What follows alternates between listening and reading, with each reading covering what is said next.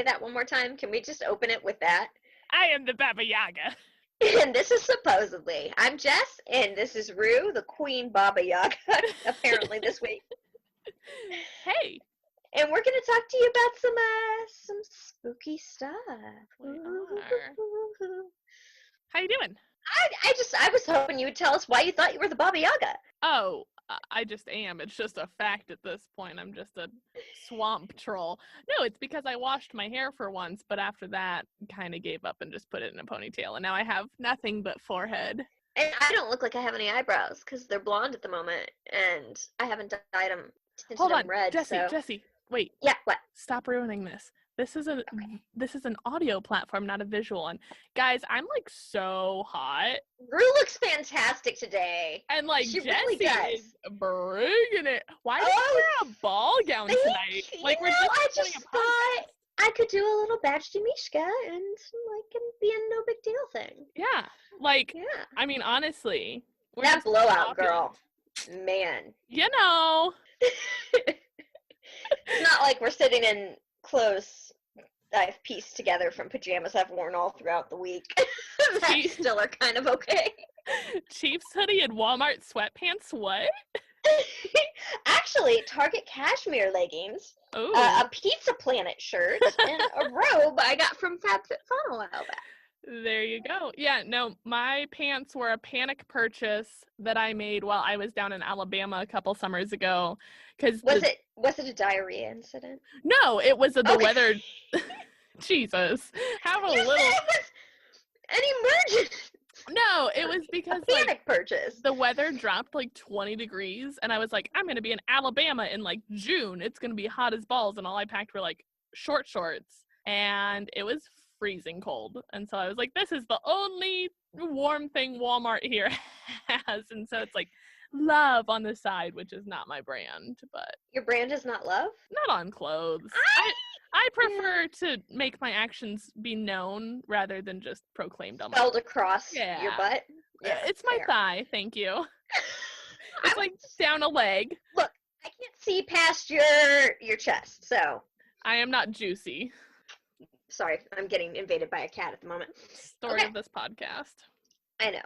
Cat butts and very boofy dogs. Yep. So, I was going to go somewhere, but I totally spaced out where I'm going. All right. Oh, yes. Oh. Crap, I remembered the housekeeping thing, and it is something I can't tell you on air. Oh, okay. Should we just, sidebar? Sure, let's sidebar. All right, elevator music. Some people say haunted stuff, but we don't believe it. If you're not recording, you can record now. All right. Thank you for listening to our interlude by elevator music.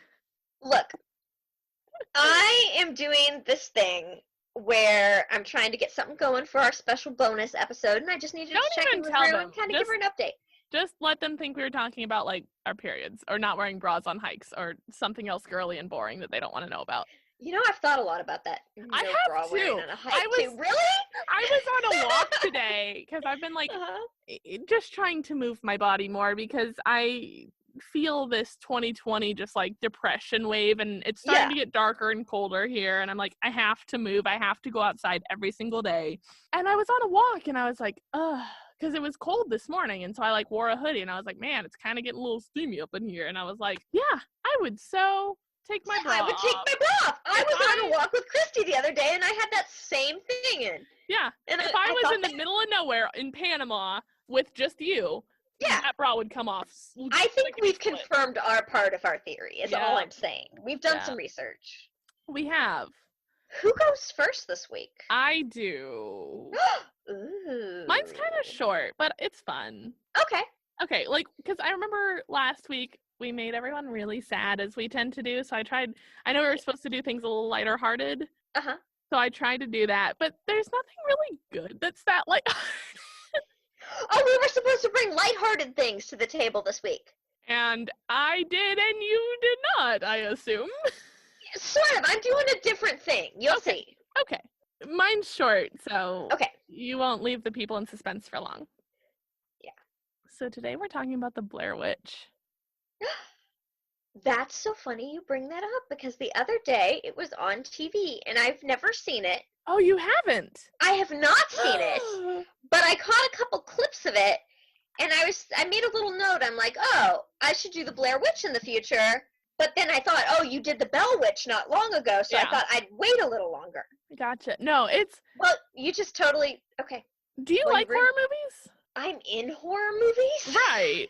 I die a lot in horror movies. Yeah. Not a big horror movie fan. I didn't think so. Like, it's not what I seek out for my own personal viewing. And maybe that's because I'm involved in the production of them so often that it being on that side of it kind of takes me out of it. Yeah. I love a good The Others. Yeah. That's a great one. Oh, that's such a good one. That's only because you are Nicole Kidman. I would like to think so. She probably would disagree. You're Midwest Nicole Kidman. Dibs! You heard it here first, folks, with my ball gown. I'm Midwest Nicole Kidman. Diamonds are a girl's best friend, I tell you what. I really want to do Satine for Halloween. Please. I need it in my life so bad. See, I feel like we're in a transition for my story right now, but I'm going to let you finish. I made Darnell watch Moulin Rouge, and he fell in love with it. Oh my God, how could you not fall in love with it? Yeah. One of the best movies of all time. I'm saying it. Top 10 for sure. It's in my top 10. That freaking "the hills" every time. Oh, it hits. It hits so hard. Good. Yes. And I love that they used Toulouse-Lautrec in it because he was an actual artist that made the posters for the Moulin Rouge. Yeah. And I owned a very generic print that was redone and redone and redone of one of his things. Dope.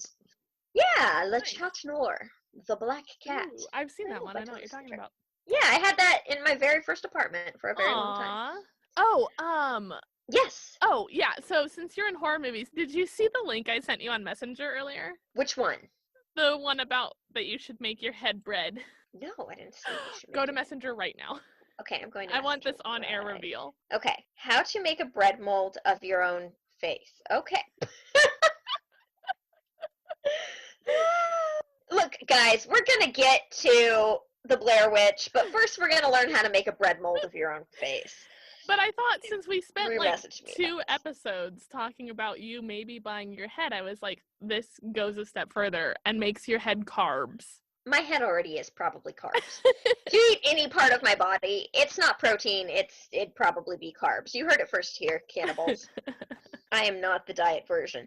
Okay. Oh, okay, so you make a plaster-backed cast mold. That's what they did for me, except they did my whole head, so my entire body, upper body was covered. We could make entire upper body bread. Oh, this is amazing. Okay, well, I'm going to post this on our Facebook today. Okay, so if you are interested in how to make a bread mold of your own face, head on over to Supposedly on Facebook. Yeah. And that will be up. Should we finally tell this? Oh, okay, no, we should. Look, you're giving me the best transitions ever here, and I'm not going to let them go for granted. I did lose the window you're in, though. Here you are. Okay, so I do have a little bit of a head update. Oh. Okay, so I nanny for this couple. Yeah. Oh, I've talked about it a lot. And they live out in the middle of the country. Oh, well, and the wife wanted you to, are you going to prank him? I am going to prank the fuck out of him. So good. So every year, his wife and I get together, and while they're out on a dinner date during the month of October, I do something. She leaves me with a kit or something to assemble to freak him out. Yeah. So at one point, he's terrified of clowns. I put a clown up in the back of his truck so that when he looked in the rearview mirror, it'd be right there. Lovely. Another time, I took a cardboard cutout and I put it peeking in a window in their bedroom. But I made it at a ridiculous height, like that you'd notice, but pretty tall. We've done dolls in the refrigerator, stuff like that. Yeah. But since, ideally, hopefully, this will be the last year I'm living in Kansas, we said, let's go big this Halloween. Yeah. I'm going to rent my head. And what we're going to do is she's going to take him out, and they're going to do their dinner date, and they're going to come home to find my head on the floor with a bunch of stage blood smeared around, and then my legs are going to be laying right off to the side. You monster. I love this. They have this long, counter space, and that goes into kind of like where you have bar stools and a little eating section, right? Yeah. So I can ideally have my real half of my torso hanging off the other side where you couldn't see, and my legs would just be hanging out and I'm going to have stage blood all over it because I have gallons in the garage, honestly. Oh, that's brilliant. From different stuff we've done. I'm going to put it on the head. I'm probably going to do a big boot prints or something. We're going to go all out, and it's going to be amazing. What if he calls 911? Alicia's got to make him not call 911. Okay. That's her job. And then on top of that, she's also, they live in the country. They have a lot of guns. She's got to make sure he doesn't try to go through the house with a gun. That's her job, is to get him unarmed somehow before he enters the house. Okay. And to take his cell phone. Okay. Please. And he's not going to shoot my corpse, so I'm sure I'll be fine. Please document this. If we don't have photos of this, I'll lose my mind. Sweetie, I'm going to have Cecil lend me his GoPro, and we're gonna get some footage of this. Fabulous. But you should really tell me about the Blair Witch, since I know nothing about it. Should I? Okay. So, sorry there's going to be some spoilers, but it's been out for like 25 or 20 years. So if you haven't seen it by now, that's your problem. And also, I think if you listen to the podcast, people might think I'm a little bossy because I always try to keep us on task. That's just the producer in me from a film production standpoint. I'm always like, okay, time. Let's get back to it.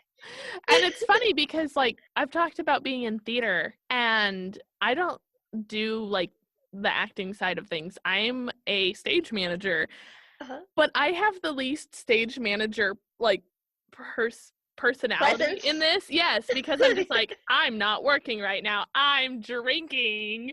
And I'm like, Jesse's got it.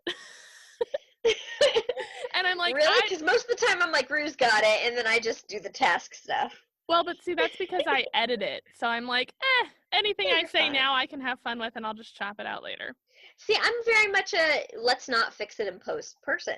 Yeah, that's the ideal, but I don't think that made it into our so last week we went on a side tangent about fix it in post because I told Darnell I finally taught him what fix it in post means, and now he's using it in the most absurd ways, like, why did you not wash the dishes? Oh, we can fix that in post, which is not how that works at all. That does not work at all. No. And also, if you really want to piss an editor off, say we'll fix it in post. You should never try to fix something in post. You should always have a plan to have that not happen. There's my producer spiel again. Yeah. All right. Speaking of film production, you said we're going to spoil the movie for Blair Witch a little bit? We are. All right. So, thank you, 5. Let's do this. So, in 1999, the Blair Witch Project was released and started the found footage horror film craze. Yeah, it did. Everybody was doing found footage after that. I love found footage. I hate it. You hate it? I hate it. Why do you hate it? Because I hate it. I think it's the most effective, like, formula for horror movies. I hate it because the camera is always very, very shaky. This is true. The production quality is terrible. If I want to watch something with bad production quality, I'm just going to go on YouTube and watch some real life horror stuff. That's fair. I find it charming that the quality is so bad because so often for me, when big budget horror gets campy is when you see the monster and it's this, like, not aging well CGI. That I love found footage because it's always so obscure and, like, shitty camera that you can suspend your reality a little bit more, and I feel like they age way better than, like, you know, these huge grossing budgets. I could see the aging better. Yeah. I just think if you're a big budget horror movie, you could make so much better use of that budget. So much better. Now, don't get me wrong. Like, with the campy and seeing the monster, I love the horror where you don't really see that. I think Jaws did it phenomenally. Yep. But when you're talking about Cloverfield and things of that nature, found footage, but high budget. Okay, see, my thing is, like, I love the low budget, like, almost indie kind of found footage. Like, last night we watched this one called The Bay, and if you're not Jesse and you like found footage, stop listening to this podcast, watch that film, and then come back. Because, like, oh my God, it was so good. And I think part of it is because, like, there's a health crisis that happens, and it's so poorly managed that I feel like it was like watching what's happened this year. But it's one of those things where it was like, it felt so much more realistic because I think before this year, we've watched zombie films or outbreak quarantine type movies and be like, that would never happen. Our government would handle things so much better. And then we watched firsthand how it was so much worse than that. Karens would all conceal their bites and be like, I'm fine, and still go to Starbucks and then infect everyone and bite everyone in Starbucks. Like, we are living in a pandemic movie. Anyways. You keep giving me perfect transitions. And I'm sorry. Throwing them away for what I'm doing today. Okay. All right. So, like I said, in 1999, the found footage craze started with the Blair Witch Project. It makes me nauseous, too. Found footage. That's one of the reasons I hate it. Good. Remember that. Okay. So, for those of you like Jesse who do not know, the film tells the story of 3 film students, Heather, Josh, and Mike, who I knew that, for the record. Okay. I'm proud of you. Would you like a gold star? Yes. Okay. Mail it. Oh, it'll be there in 2 weeks to 6 weeks, because save the post office, please buy stamps. Anyways, so Heather, Josh, and Mike go out to the woods around Burkittsville, Maryland, to try and solve the mystery of the Blair Witch. And the Blair Witch is like your typical child-eating hag in the woods. Basically, me, the Baba Yaga. You don't eat children. I don't. That's true. But I do love a good stew. Stew is fantastic. It was fantastic. I can argue with you there. Yeah. So the Blair Witch Project was outlined by Eduardo Sanchez and Daniel Myrick in 1993. They didn't write a script because they wanted the film to feel realistic, so they left most of the scenes up to improv. Okay, now this I do love. I love when a director will give an actor freedom like that. Yeah. And usually how they'll do it, and I don't know if this is true of Blair Witch, but I suspect it is they'll kind of write out goals for you on a sheet of paper and slip it to you throughout filming so that you can kind of look at it and be like, okay, I want to get mad about this, or I need to, this is my objective to obtain this, or, that sort of stuff. Is that kind of what they did? Yeah, and we'll go into that in a little bit, how that worked.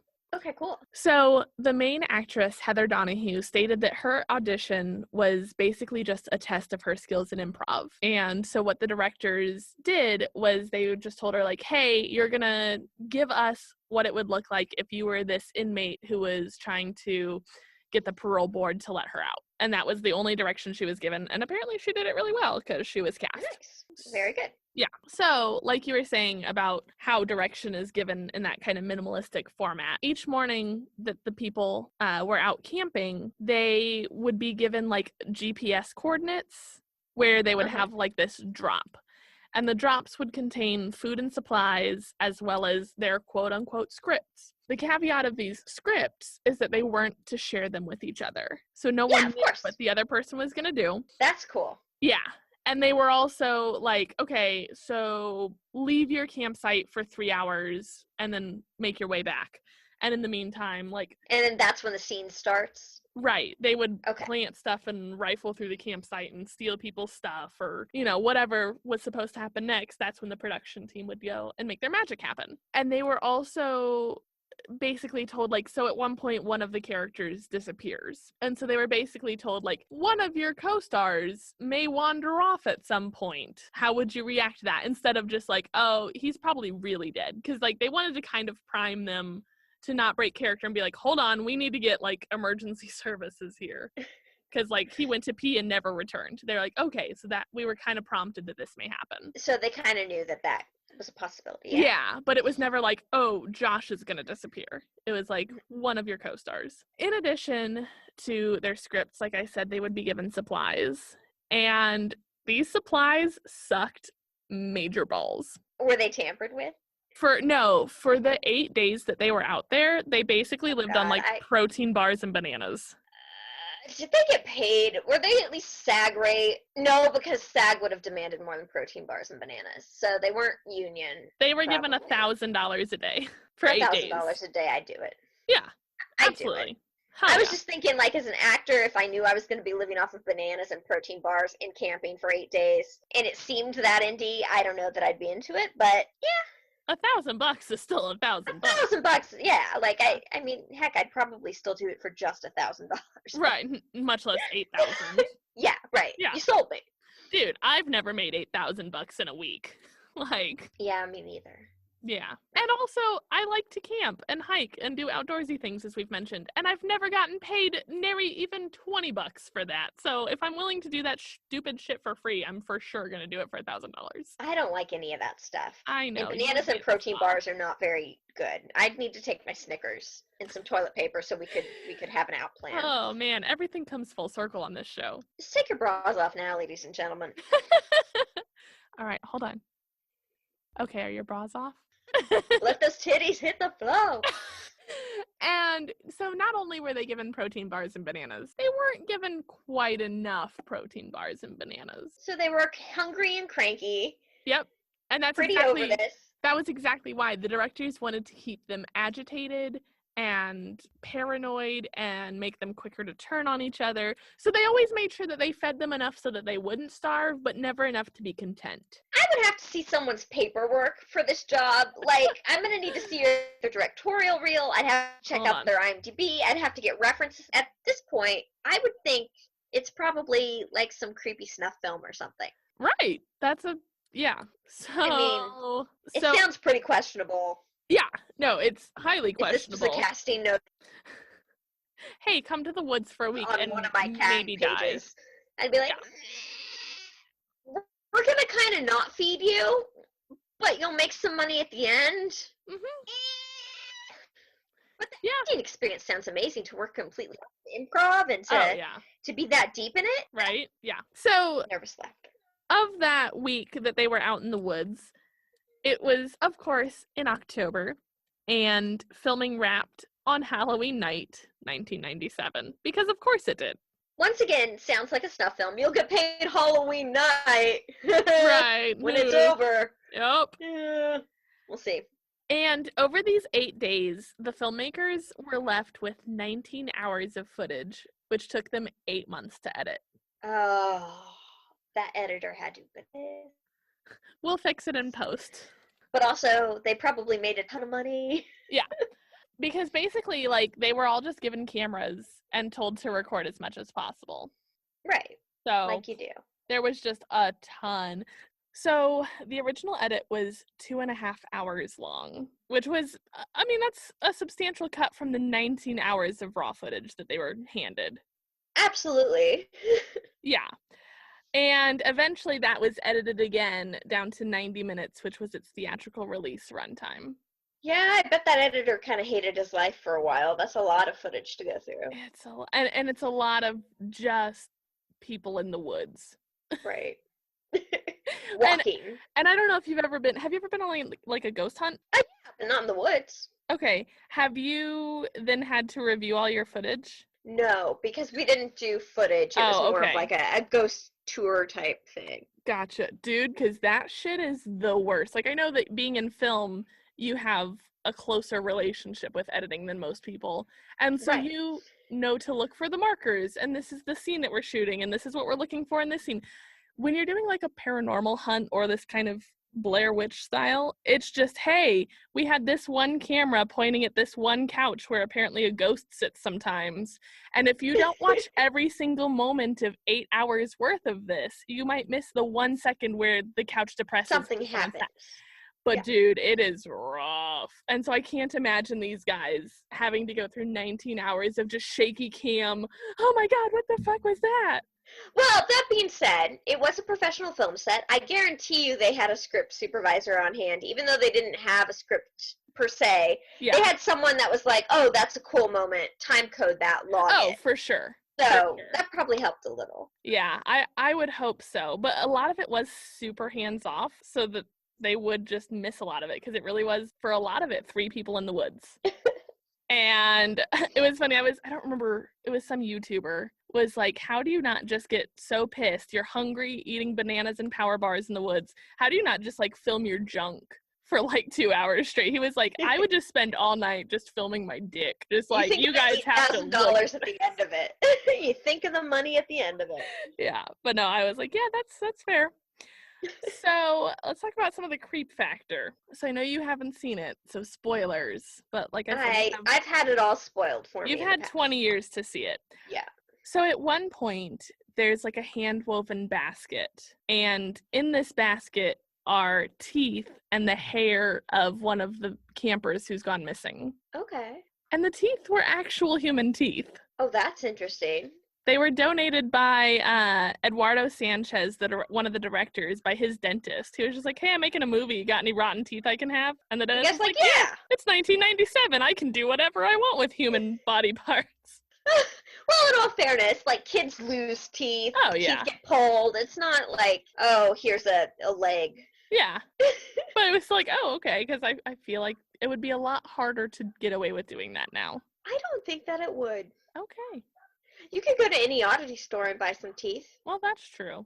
I don't think teeth are that hard to come by. Yeah? All right. I bet I could find you some human teeth by the end of the day. No, thank you.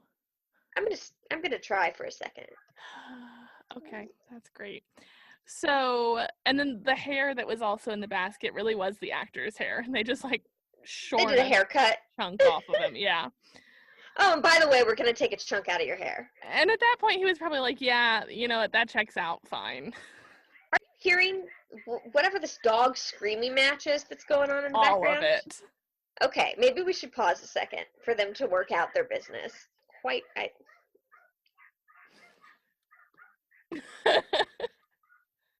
look at that. Perfect. For $41, I can get you teeth today. Beautiful. How many? Well, this is a set of 1, 2, 3, 4, 5, 6, 7, 8, 9. Okay. 9 teeth. 9 teeth, yeah. Oh, if you want a gold tooth, I can get you that for $19.99. Oh, okay. If you want ones that still have the roots attached, that's again in the $40 range. Okay, and see, I think in the Blair Witch they do have the roots attached, so we're in some high roller. Yeah, okay, so like $40. Okay. I told you, like I could get you some teeth. I can get you. You tell me. Look, I produce infomercials. I have to get weird stuff on the daily. I know where to get the weirdest stuff. You give me a challenge, I'm like, I got this. I know exactly where to find human teeth. Fabulous. Okay, so you're probably familiar, even if you haven't seen the film, of the super intense close-up where Heather is basically giving her last will and testimony. I am not familiar with that part. Oh, okay. The couple parts I'm familiar with, I'll tell you about when you get there. Okay, because it's like the DVD cover and stuff is like really close on her face, and she's crying. Oh, okay, like yes. Oh, the weird up angle. Yeah. Yeah, okay. So there's some contention about this. Some people say that at this point Heather really thought that this was real and was really like trying to talk to her parents and be like, I don't know if I'm gonna make it out of this. But when she was interviewed about this scene, which is considered like one of the most compelling scenes in the film, she's like, yeah, I'm just a really good actress, which I feel like is what I would say to try and preserve any modicum of cool after being just totally vulnerable and terrified in the woods. It's probably a combination of both. Yeah. I want to say that more than likely, the fact she hadn't eaten well, she's tired, all this has happened, it is playing tricks on you psychologically. Mm-hmm. I can say that there's been a couple roles I've played that mess with your head. Yeah. The longer that you're subjected to that sort of thing. Yeah. So it's probably a combination of she was probably acting a little, but, you know, as an actor, you want to give in to the reality of the scene. So, of course, you're going to go there if that's an option. Yeah. And also, if I was stuck in the woods, like, acting aside, with not very much food, being tortured, maybe you at the end of this, and then you're questioning your life decisions as far as, like, is this actually, like, a murder thing? Who knows? Yeah. I'd probably just be crying, too. Right, yeah. So, I mean, heck, I cried and pleaded with my parents to come take me home at summer camp, so. It's the same thing. It's just a more extreme version of the same thing. Yeah. But so apparently that weird angle that you mentioned wasn't her intent. So she was of course, no one would choose that angle for themselves. Well, but so what happened? Because people are like, oh, they must have set the camera up that way, not realizing that it really is just people with like cameras in the woods. Yeah. So she turned the camera around to do like selfie style. And as she switched how she was holding it, she just hit the zoom button and and didn't even realize it until it hit the editing room. And she's like, oh, I didn't know I did that. And they're like, completely meanwhile, they're like, oh no, you ruined the shot, but it's like the key moment. We need this. Yeah, but it also, kind of added to the interest, because seeing only like half of her face as she's just crying and snotting almost makes it even more intense, because she's so close to the camera that it's just, you can't look away. You're just totally like taken by it. So in the outline by the directors, the audience was actually supposed to see the quote witch. They actually had an actor in makeup with a long white gown on set out in the woods with these guys, and they had them planted in some location that the three actors were supposed to like run past. And so they actually did see the witch at some point. And this is towards the end of shooting when they're super delirious, and they, in their little script or whatever that morning, one of them was told to pan to the left to capture whatever they were going to see, and just totally forgot to. Got so caught up in the moment that there actually was an actor on set as the witch, never even included. Sorry, sweetie, we called you out here for 8 days to stand in this dress. I guess you're not going to be in the movie.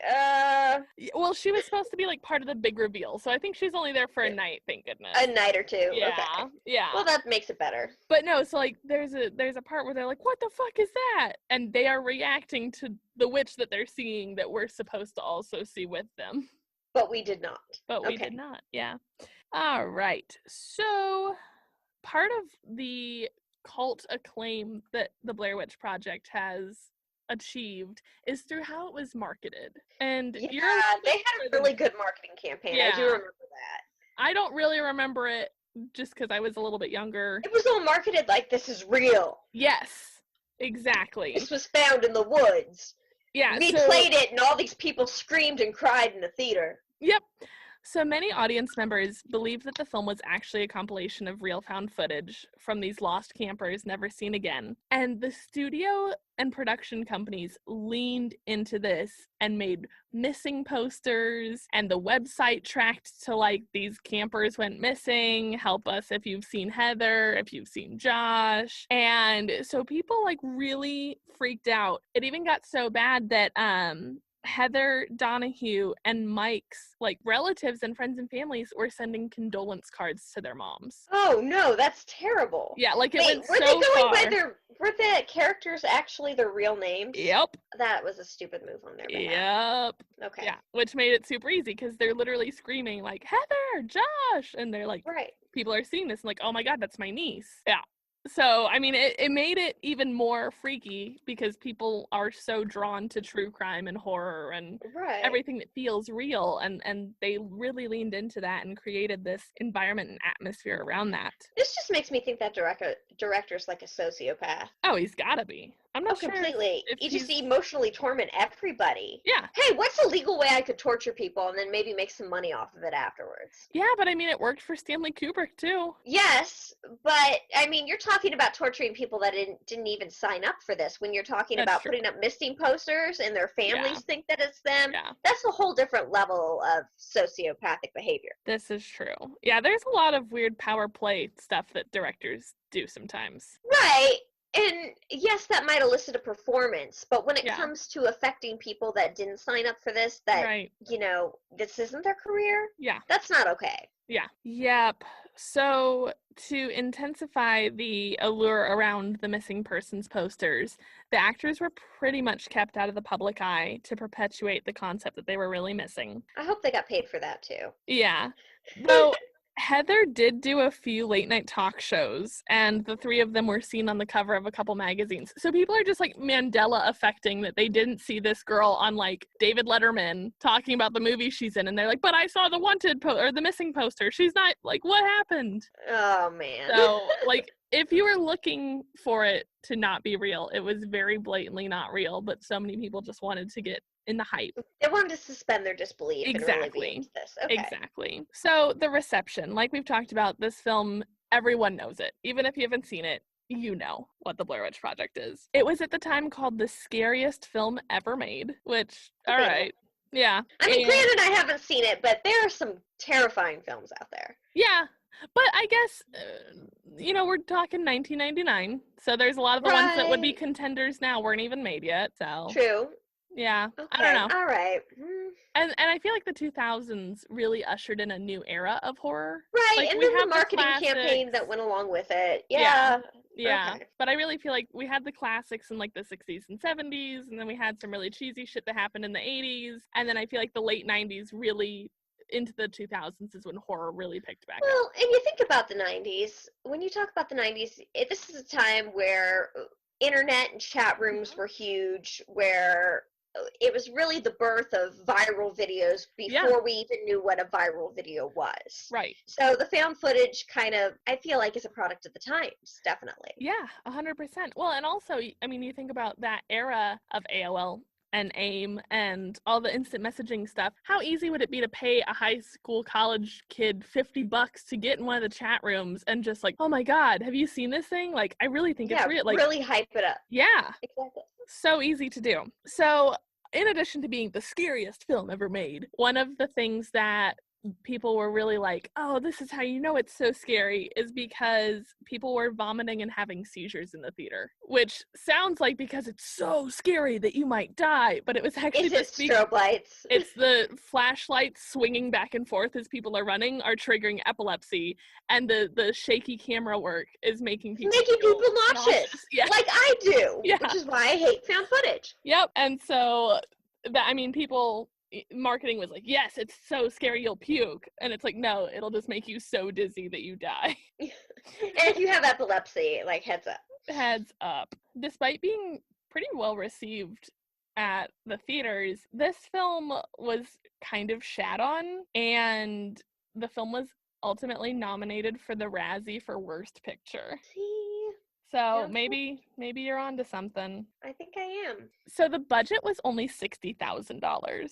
Look, that's a pretty good budget for an indie film that's shot in the woods, and they're only feeding their actors protein bars and bananas. Definitely. And, I mean, think about it. There's not going to be a lot of crew. You're going to have the director. You're maybe going to have a script supervisor, someone to sit there and flag and say, oh, that was a really good moment. We should time code that. You're probably going to have... I want to say that they should have had a medic, but I doubt that they did. Yeah. Art team, art decoration. Yeah. Set team. Yeah. That's probably the other person. Although even that was probably super minimal, because most of the set is just like weird teeth in a basket. Right, but I'm thinking like people, so there'll be a prop manager. Yeah, of course. But I'm just saying, like, some of these people can't be the same person. Right. Like, you could script supervise and easily throw teeth in a basket. Yeah. But no, I'm just saying, like, the effects budget was super microscopic, because most of it's just like twigs bundled together to look like creepy people, and your cost is going to go straight up to editing. Yep. And then looking at 19 hours of footage. Yeah, that's going to be where your key cost is, and then audio, correcting all those sounds. Yeah. But so despite having a $60,000 budget, it saw a $248 million box office return. That is a great, I mean, pays well. It's about 400,000%. Right. That's amazing. So. Yeah. And of course it spawned then a sequel, and they remade it a couple years ago. So, I mean, it's definitely become a cult. The money's still coming in. Yeah, it's definitely still coming in. So the return was so astronomical that it actually got put into the Guinness Book of World Records for the highest return on smallest budget film. That's amazing. Yeah. It really is impressive. It is impressive. Mm-hmm. I do think it's overhyped. I guess. I really like it. I don't know. So with it getting so blown up and huge, the people of the town of Burkittsville really suffered after the film came out. They probably hate everybody involved. They're not a fan. So visitors immediately flocked to the town and began defacing property, partying in the woods, stealing the town sign, and even headstones from the cemetery. That's terrible. Like, don't deface graves, people. Right. Yeah. You can get, what do we say, 12, 6, 8 human teeth for $40 on eBay. Like, there's no need to go steal headstones. Yeah. And, like, cool, if the police don't get you, the ghost will. Like, and if the ghost doesn't, the karma will. Yeah. Like, you're not going to have a good time, my friend. That's terrible. Yeah. So in addition to that vandalism, The locals suffered from a barrage of media inquiries and calls from people wanting to know about the Blair Witch. None of the residents have ever reported even knowing about this lore because it was made up for the film. The calls got so bad that the mayor had to issue a public statement saying, "I've lived here for 35 years and have also inquired with some older citizens. None of them have ever heard of a Blair Witch," she told The Sun. "We are a Christian community. We have 2 local churches that have been established over 100 years. We take Christianity very seriously." Which to me, like, Christians believe in witches most of all. Looking at you, Salem, Massachusetts. That's... Like, don't say we're Yeah. Christians, so there's no witches here, because historically, where the Christians Were those Quakers, they though? find more. Was it that different? It's all To an puritanical extent. branches. Yeah. So I don't know that Probably look that up. Was it Quakers or was it Christians? I think it might have been Puritans. I'm a heathen. Yeah, but I thought but a Puritan, isn't that a form of Quaker? Hang on. Okay. What do I even ask the Google for that? Who hates The witches? Google, ask my mother. Is Quaker Oats gluten-free is what my top search autofill is. Quakers and the Salem witch trials. There we go. The Quaker persecution didn't last long. It started in 1680. 1965. 1658. There we go. Pretty much done by 1665 by the Salem witch trials came along. In 1692, Quakers had meeting houses and okay. So maybe it wasn't. Okay, I'm seeing, according to they were persecuted as well. How were the Quakers and the Puritans different? Puritanism was a religion reform movement that arose within the Church of England in the late 16th century. The Puritans had ministers. Okay, so it's more Church of England, which is Henry VIII's I want out of this marriage religion. Yeah, so. Quakers, according to BBC. So it's probably going to align a little more with Catholicism. Yeah. Which should be like a light Catholicism. Yeah, but still, they're all burning witches more than folks who are not affiliated with a church. So yeah, there you go. Okay.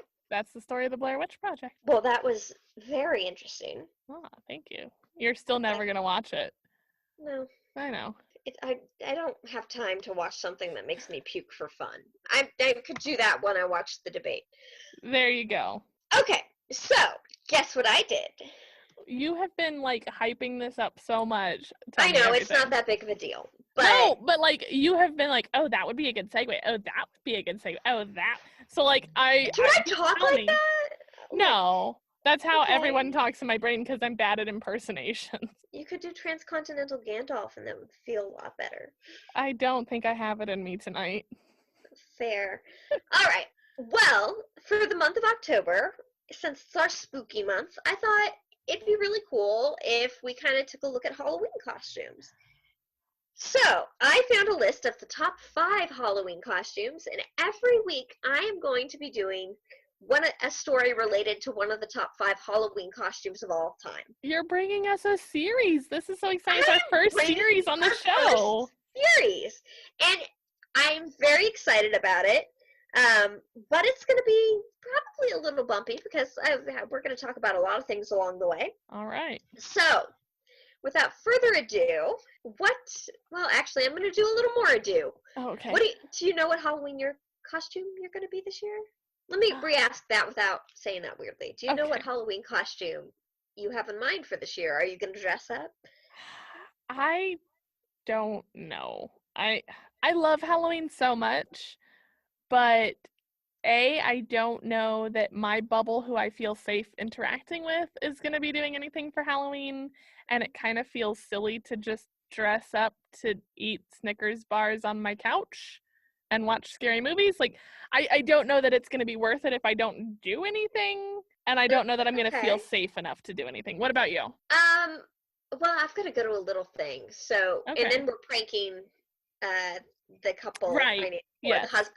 So that's my Halloween plans, but I will have to dress up for it. Every year I wanted to do Satine from Moulin Rouge, but I've just never done it because it requires the red dress, and Yeah. if I'm going that route, if it's warmer, it would. I don't know. I don't know that this is the year with quarantine to make that Yeah. happen. But you have so many options. I Oh, know, you could do every costume. but Just nothing make with a face cover. well, that's true. You could do like mid-tuberculosis cough. Oh, I could just like duct tape a handkerchief to my mouth. Yeah, and just cover it in blood. It's fine. Possibly. Also, spoilers for Moulin Rouge. Which you've also had about 20 years to see, so sorry, not sorry. 20? I doubt it. So, I don't know. Maybe. What was your favorite Halloween costume that you've ever been of all time? I was a vampire like 7 years in a row. So, do you think vampire might be on our list? Hold on, Moulin Rouge came out in 2001, sorry. Okay, so almost 20 years. Yeah, I was like, I know I'm not wrong. Because it was when Ewan was all big on his Star Wars trek. That's right. Yep. I think vampire is definitely up there. I'm gonna say, can I Now guess? we're looking at all of history. Okay. I'm gonna guess ghost is really high up there because Okay. everyone's mom who's like not wealthy has been like, there's an old sheep, be a ghost. I know the 60s and 70s had a lot of weird, scary, demonic paper mache masks, which I didn't love. I bet there's been a lot of witches. I bet there's been a lot of cultural appropriative stuff that I hate. Surprisingly, off the list I'm going off of, not especially. Oh, great. So that's new. Some dabblings, a little bit. Okay. So that's a new trend. Yeah. Oh, great. Okay. So, what about the year you were born? What do you think the most popular Halloween costume was? Okay, I was born in 1995. I forget you're so much younger than me. I'm a child, yeah. I'm trying to think about like what happened in 95. It was before the resurgence of Star Wars. I know Xena came out that year. Trying to think of what movies came out that year. I don't know what would be like the biggest though. What? In 1995, the most popular Halloween costume was a member of the cast of Star Trek. Okay. Yeah.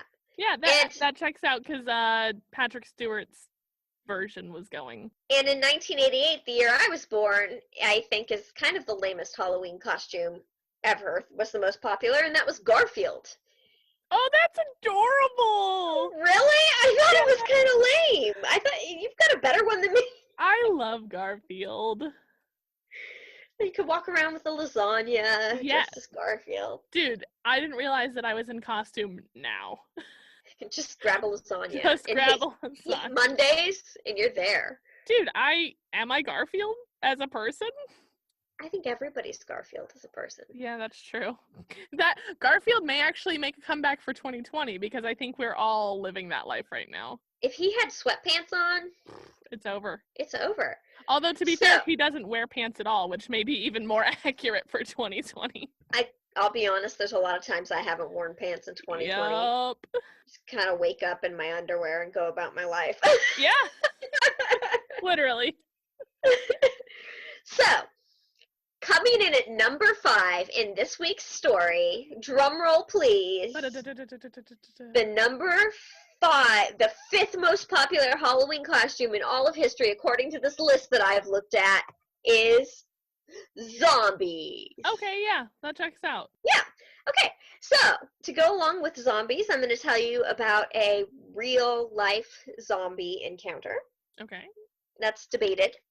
And we're going to talk a little bit about the history of zombies and where they come from. Okay, you're entering my territory. Did I ever tell you that I once wrote a legitimate college paper on zombies? You did not, but maybe you can pop in and help me out here. I would love to. We can double team this. Okay. Okay, so first of all, I want to thank History.com for a great article that I used in my research of this.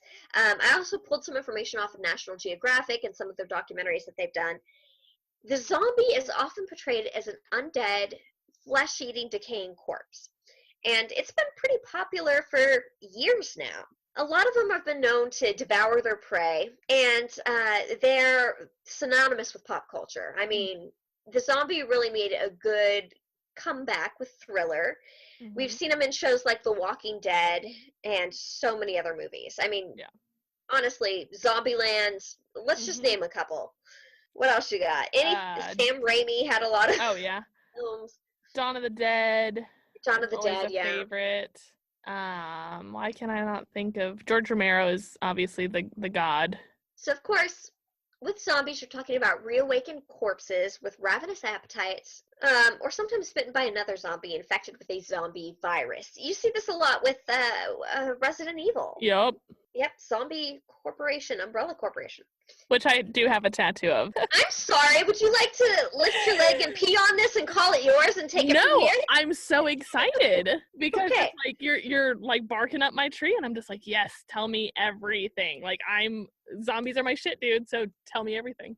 All right, you feisty little tree squirrel. Well, the ancient Greeks may have been the first civilization terrorized with the fear of the undead. Okay. So archaeologists have unearthed many ancient graves which contain skeletons pinned down by rocks or other heavy objects. Right. We've talked about a lot of these are seen as vampire burials, but people were also worried about dead bodies reanimating. Yeah. It's been around for centuries in Haiti, too, possibly originating in the 17th century when West African slaves were brought in to work on Haiti's sugarcane plantations. Brutal conditions left the slaves longing for freedom, and according to some reports, the life, or rather afterlife, of a zombie represented the horrific plight of slavery. So, when you think about zombies, this is where we're going to get into the category of it. Yeah. A lot of people immediately think about voodoo. Mm-hmm. So, voodoo is a religion that's based in West Africa and is practiced throughout Haiti and the Caribbean, also Brazil, the American South, and other places with African heritage. Right. So, a lot of people who follow the voodoo religion today believe that zombies are myths, but some believe that zombies are people revived by voodoo practitioners known as the Bokor. Bokors have a tradition of using herbs, shellfish, animal parts, bones, and other objects to create concoctions, including zombie powders, which contain tetrodotoxin, a deadly neurotoxin found in pufferfish and some marine species. Now, I'm going to talk a little bit about this with our story a little more. There have been anthropologists that have gone down to Haiti and tried to study ancient folklore there to discover what these zombie powders entail, and there's actually a reoccurring theme here of the pufferfish. Particularly a certain 3 breeds of pufferfish that contain this incredibly high amount of tetrodotoxin. Okay. Which Maybe I'm causes... dumb. I didn't realize there were breeds of pufferfish. I thought pufferfish was pufferfish. Oh, no, there are different types of pufferfish. Huh. Okay. For instance, in Japan, they have a particular breed or species of pufferfish that also contains this high level of tetrodotoxin. And it's like a delicacy, right? It is. Yeah. And it's prepared by only the best sushi chefs. And the way that they prepare it is actually to deactivate the tetrodotoxin to a mild enough level that it kind of induces euphoria and calm feelings, as opposed to the massive effects of tetrodotoxin, which can be paralysis, seizing, etc. So used carefully at sublethal doses, the tetrodotoxin combination may cause zombie-like symptoms, such as difficulty walking, mental confusion, and respiratory problems. High doses of this can lead to paralysis and coma. This could cause someone to appear to be dead and to be buried alive and then later revived. In fact, in Japan, with this one species of pufferfish we've talked about, it was very common that if someone were to eat it and die from it, they would leave the corpse out for days to make sure that the person was actually dead and not just paralyzed with such a low beating heart. Yeah. Did you know that real zombies have been reported in medical journals? Okay. Tell me what you're referring to, because I might know some of them, but I hope I don't, and I want to hear it from the first time. Okay, so it's rare, but there are several credible reports in medical journals of people using these compounds to induce paralysis in people and then revive them from the grave. In 1997, an article in the British medical journal, The Lancet, described 3 verifiable accounts of zombies. In one case, a Haitian woman who appeared to be dead was buried in a family tomb, only to reappear 3 years later.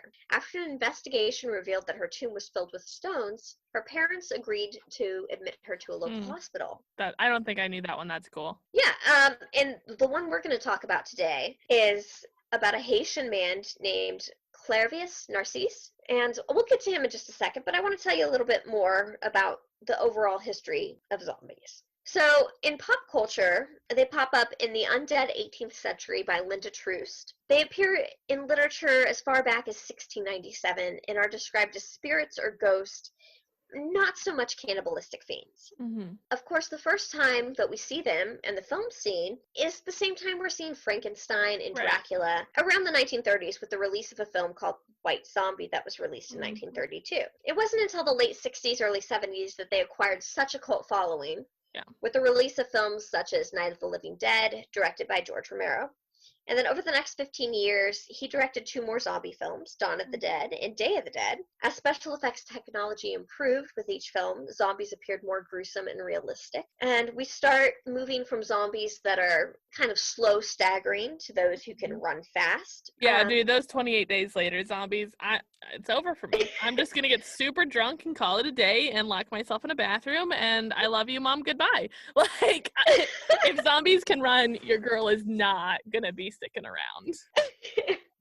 That's a very good point. If they can shamble, I'm good with shamblers. If we're running, that's not it. Some people even think that zombies could be in the Bible. Of course, the modern day carnivorous zombie is not going to be in the Bible, but there are many references to bodies being reanimated or resurrected, which a lot of people think could have possibly inspired myths about zombies throughout history. Yeah. I'm sure it didn't help that at the time, we weren't really, not biblical times, but certainly in biblical times as well, before modern medicine, it was really easy to mistake a corpse for dead when actually the person could be, as we spoke before, extremely paralyzed with a low heart rate. Right, like cemetery bells and all that jazz. Exactly, yeah. For whom the bell tolls. Exactly what we're talking about. So, do you want to pop in and say anything about zombies here? One time when I was like 13, some of my family, who I love very much, who is very religious, did not agree with the fact that I, on Easter, posted on Facebook, Happy Zombie Jesus Day. And my mom got a call from my auntie and was like, tell her to take that down. That's bad. And I was like, no, it's my Facebook. I do what I want. So, yeah. That's what you're adding after writing a whole paper about zombies. That's your thought on it. Well, you're doing such a good job covering it scientifically. Well, and this is just a smattering. Yeah.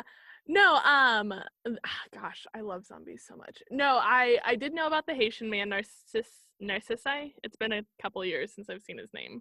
Narcisse, yeah.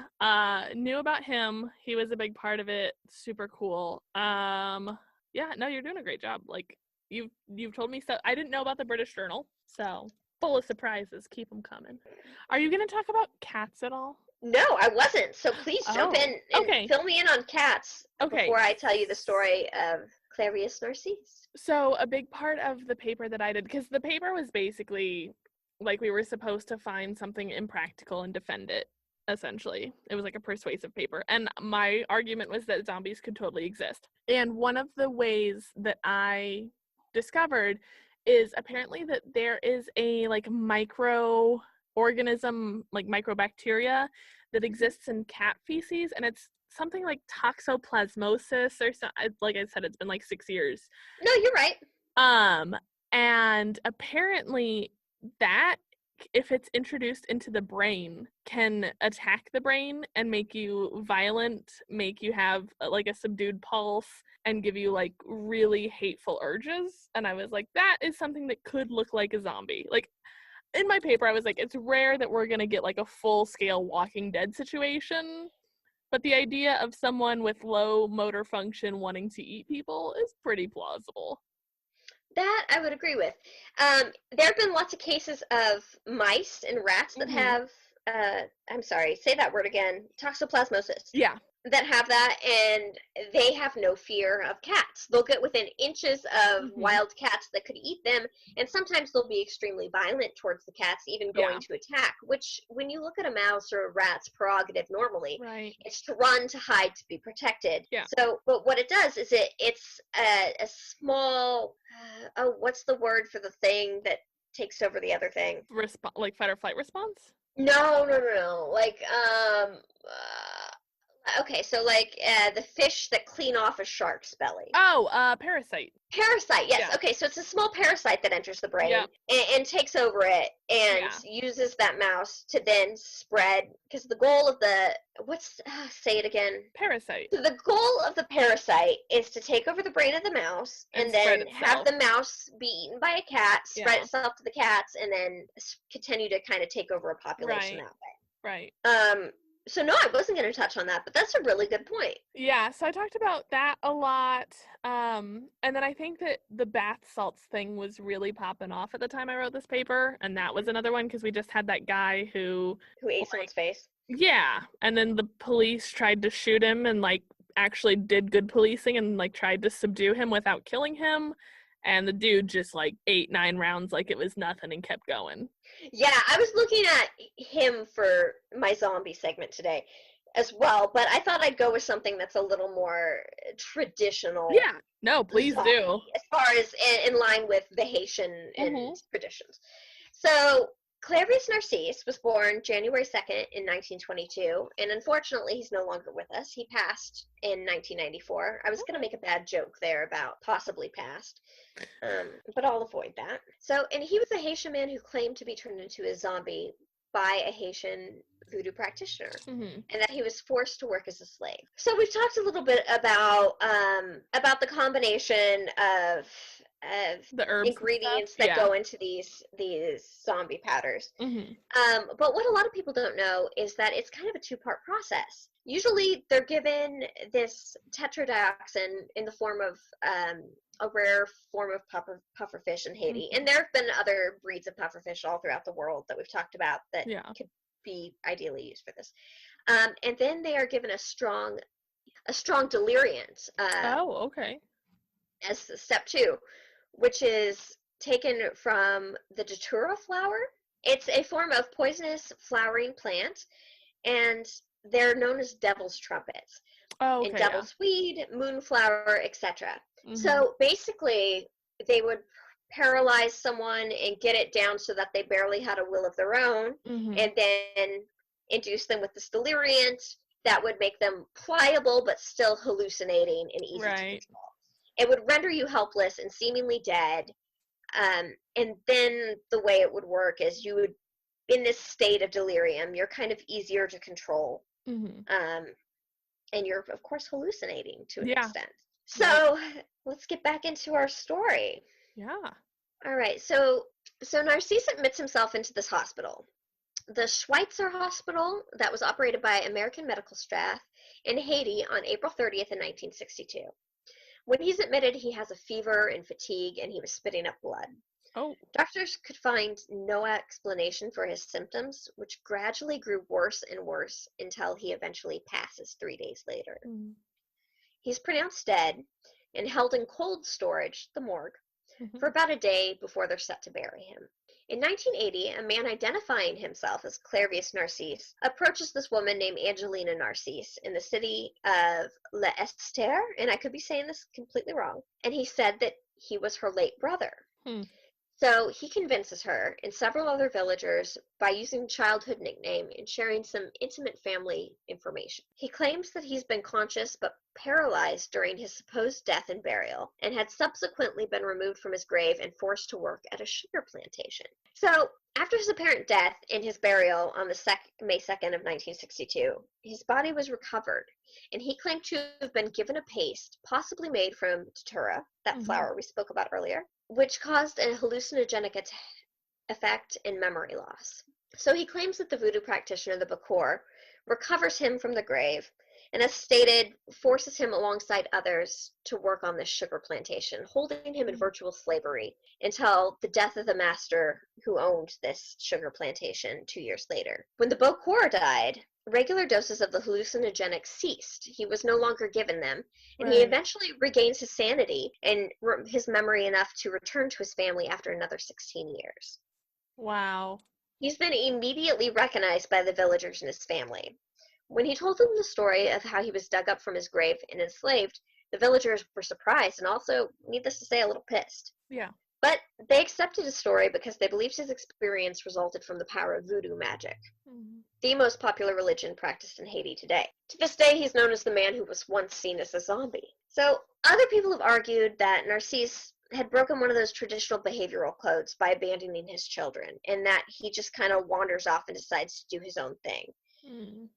Some argue that he was made into a zombie as punishment. When questioned, he repeatedly told investigators that the sorcerer involved, the Bokor, had taken his soul. Okay, so when we talk about the taking of the soul in Haitian culture, there's a circle of life process that they very much believe in. They believe in death, and in a moment that you die, that your soul parts from your body, and there's a certain amount of time period that that soul can be captured and then enslaved. And if that doesn't happen, which hopefully it doesn't, then your soul goes on to be reincarnated in the next plane or to go to heaven while your body returns to the earth. But they do very much believe in this time right after death where your soul can be taken. Right, it's like a transient period. Right. Yeah. And it's believed to be one of the worst things you can do is to enslave someone's soul. Yikes. And to prevent that from the afterlife. Okay, so an investigation occurred, and they kind of decided that the poisoning was done by Clarice's brother, whom he had quarreled with over land and inheritance. But this case continued to puzzle many doctors because Narcisse's death was documented and verified by testimonies of 2 American doctors. So it's been argued to be the first verifiable example of the transformation of an individual into a zombie. Jeez. Right, so his story was loosely adapted into The Serpent and the Rainbow, a 1988 American horror film directed by Wes Craven. And Zombie Child, the 2019 French drama film, also inspired his story. You'll see a lot of Clarice Narcisse's story covered in National Geographic specials, in history specials. It's really widely talked about. And to this day, there are anthropologists down there specifically trying to study what the components of these zombie powders are. That's pretty cool. That's the story of our modern day zombie. I love it. Narcisse. Hell so yeah. What do you think next week's costume's gonna be? Like I said, I think vampire and ghost are probably gonna be somewhere in the next month. But number 4, God, I feel like a Watch Mojo video. I'm gonna go number 4. Maybe witch for number 4. Okay. Yeah. I don't know. That's my... What's your favorite thing you've ever been? I don't know. The first thing that comes to mind is I was Princess Jasmine once, but my aunt and my mom made my costume from scratch. So it was like awesome. Decked out in jewels. And I was pretty little at the time, so I thought it was the coolest thing ever. I got to wear this like hair extension wig thing. Oh, super cool. Like it was all out. So that was pretty good. One year I was Elvis with a very bad wig. I don't know that I chose that costume. Oh, okay. It's very specific. Elvis. Oh, those are good. Yeah, those are fun. All right. So do you want to know next week's costume? Oh, I've got mail. Do you want to know next week's costume, or would you like to be surprised? I hate surprises, but I want you to surprise me. I'll surprise you with number 4 next week. And it's going to be a bit of a longer deep dive. All right. So I don't know if we've talked about it yet on the show, but we have a Friday the 13th in the spooky season month of October. We do! And so me and Jessie thought it'd be kind of fun to do our first bonus episode. Bonus episode! So definitely stay tuned to see what we have up our sleeves for that. And if we don't open the bonus episode with that sound effect thing we just did, I'm gonna be crying. I'll quit the show. Yeah, we've got some pretty cool stuff lined up for that. Yeah. But you'll have to tune in and find out what that is. Yeah. So, I don't know. Is that a wrap? That's a wrap. So, guys, in the meantime, please send us any emails, stories you want us to cover, maybe any true paranormal things that have happened to you at supposedlypod@gmail.com. And if you want to have a quicker conversation with us, you can just follow us at Facebook, Instagram, or Twitter at supposedlypod. And we'll see you next week. On Supposedly. Supposedly. All right. Dope.